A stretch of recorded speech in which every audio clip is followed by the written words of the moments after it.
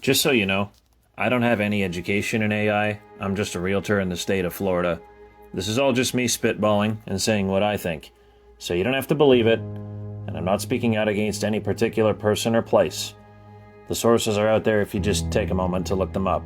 According to the MLS 2025 year-end report, we're projected to receive 838 new residents to Florida every day from 2026 until 2030.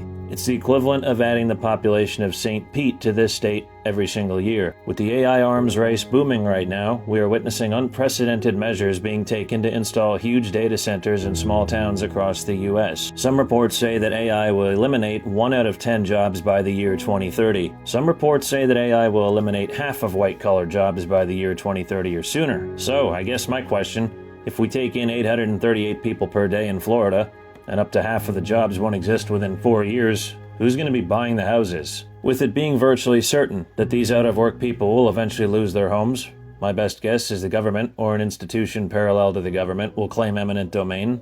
And why would the new owners of land use a realtor and pay our fees? I have not seen any realtor speak out against the over-the-top AI use in this industry, even though AI seems to be the death blow to the industry.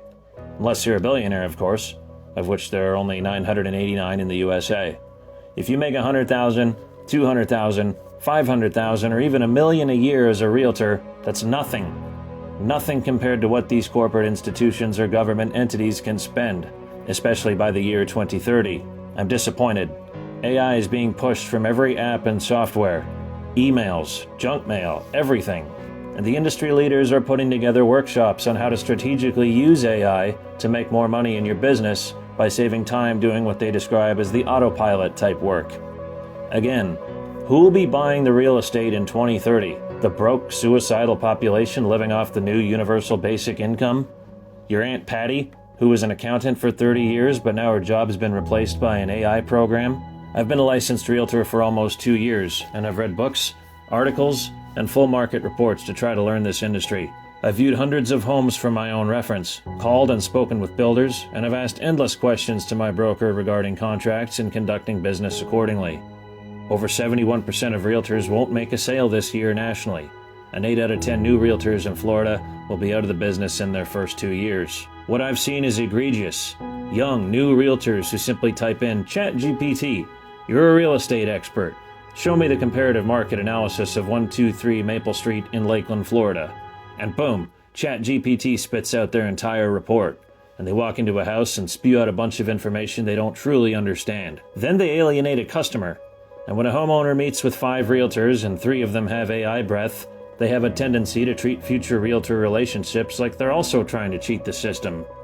It is cheating. AI is cheating. Artificial is in the name.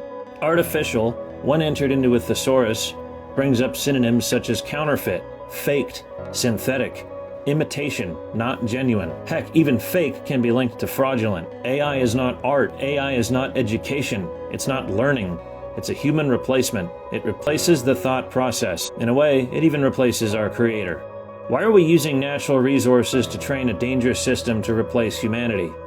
Because as realtors, we want a few extra $1,000 a year so that AI can be trained to send your emails for you? At the World Economic Forum in Davos, the unelected global elites talked about how AI data centers could retrain AI and save us 20 years that are typically used to train humans. You know, all that nonsense of a child being born, changing diapers, learning to walk, having to go to school, having to learn. It's all nonsense. It takes too long. 20 years. It's a waste of time. When you can just have super cool AI data centers and train the AI programs in seconds to just do what humans take too long to figure out how to do.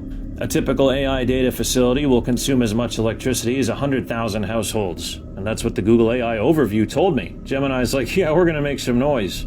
Literally.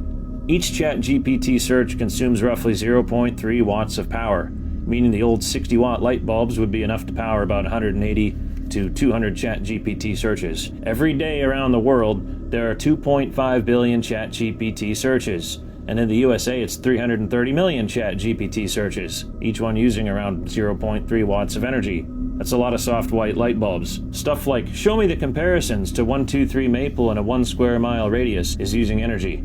And that search gets pinged to a nearby data center, where it spits up the information you're looking for. Therefore, you can't be a realtor who is against AI data centers, but still utilize AI. It's like being against murder while you're in the middle of stabbing someone with a knife. And in the cases of some of these data centers, a lot of the time city commissioners have had to sign NDAs to not talk about what's going on. There isn't any legal requirement for these data center backers to explain what anything is going to be used for. Remember climate change? We just spent years being told that the temperatures are rising and to lower our carbon footprint. But data centers have increased temperatures in their surrounding environments by sometimes up to 9 degrees. One specific data center in Virginia will utilize 30% of the Potomac River for cooling. And in some cases, the water is returned to the environment as vapor. So the water isn't even always going to be recycled as the same form. The water cycle has to restart. When you laugh and smile and agree with faceless entities and allow AI to take the seat next to you to help run your business, you're essentially just teaching it how to do what you do, and it'll run with everything you've given it until it's replaced you. A human being dies with stories and knowledge, and AI never dies. It just lives with what we've entered in as knowledge. You may be a proponent of making things easier, but you're really beginning to normalize the taking away of everyone's ability to conduct business. It might not get you now, but it eventually will, unless you're one of the global elites, which you're not.